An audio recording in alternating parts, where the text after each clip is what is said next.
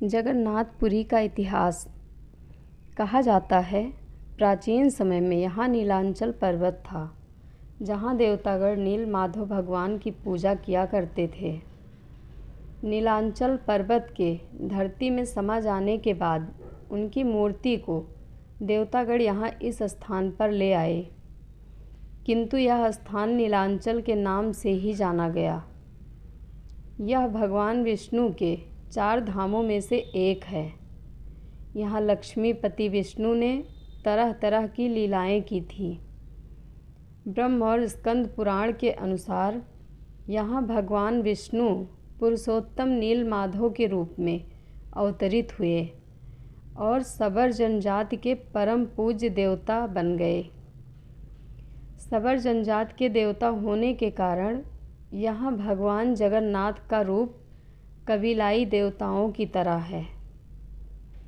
पहले कबीले के लोग अपने देवताओं की मूर्तियों को काठ से बनाते थे। जगन्नाथ मंदिर में सबर जनजाति के पुजारियों के अलावा ब्राह्मण पुजारी भी हैं। ज्येष्ठ पूर्णिमा से आषाढ़ पूर्णिमा तक सबर जाति के दैतापति जगन्नाथ जी की सारी रीतियाँ करते हैं। पुराण के अनुसार नीलगिरी में पुरुषोत्तम हरि की पूजा की जाती है। पुरुषोत्तम हरि को यहाँ भगवान राम का रूप माना गया है। सबसे प्राचीन मत्स्य पुराण में लिखा है कि पुरुषोत्तम क्षेत्र की देवी विमला हैं और यहाँ उनकी पूजा होती है। रामायण के उत्तराखंड के अनुसार भगवान राम ने रावण के भाई विभीषण को अपने इक्ष्वाकु वंश के कुल देवता भगवान जगन्नाथ की आराधना करने को कहा। आज भी पुरी के श्री मंदिर में विभीषण वंदापना की परंपरा कायम है। इस मंदिर का सबसे पहला प्रमाण महाभारत के वन पर्व में मिलता है। कहा जाता है कि सबसे पहले सबर आदिवासी विश्ववसु ने नील माधव के रूप में इनकी पूजा की थी। आज भी पुरी के मंदिरों में कई सेवक हैं जिन्हें दैतापति के नाम से जाना जाता है।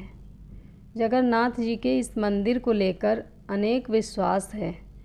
एक कथा के अनुसार सर्वप्रथम एक सबर आदिवासी विश्ववसु ने नील माधव के रूप में जगन्नाथ की आराधना की थी। इस तथ्य को प्रमाणित बताने वाले आज भी जगन्नाथपुरी के मंदिर में आदिवासी मूल के अनेकों सेवक हैं जिन्हें दैतपति नाम से जाना जाता है की उपस्थिति का उल्लेख करते हैं। विशेष बात यह है कि भारत सहित विश्व के किसी भी अन्य वैष्णो मंदिर में इस तरह की कोई परंपरा नहीं है। बेशक जगन्नाथ जी को श्री कृष्ण का अवतार माना जाता है, लेकिन जहाँ तक जगन्नाथपुरी के ऐतिहासिक महत्व का प्रश्न है, पुरी का उल्लेख सर्वप्रथम महाभारत के वन पर्व में मिलता है। इस क्षेत्र की पवित्रता का बखान कूर्म पुराण, नारद पुराण, पद्य पुराण आदि में यथेष्ट रहा है। यह मंदिर वैष्णव परंपराओं और संत रामानंद से जुड़ा हुआ है। यह गौड़ीय वैष्णव संप्रदाय के लिए खास महत्व रखता है।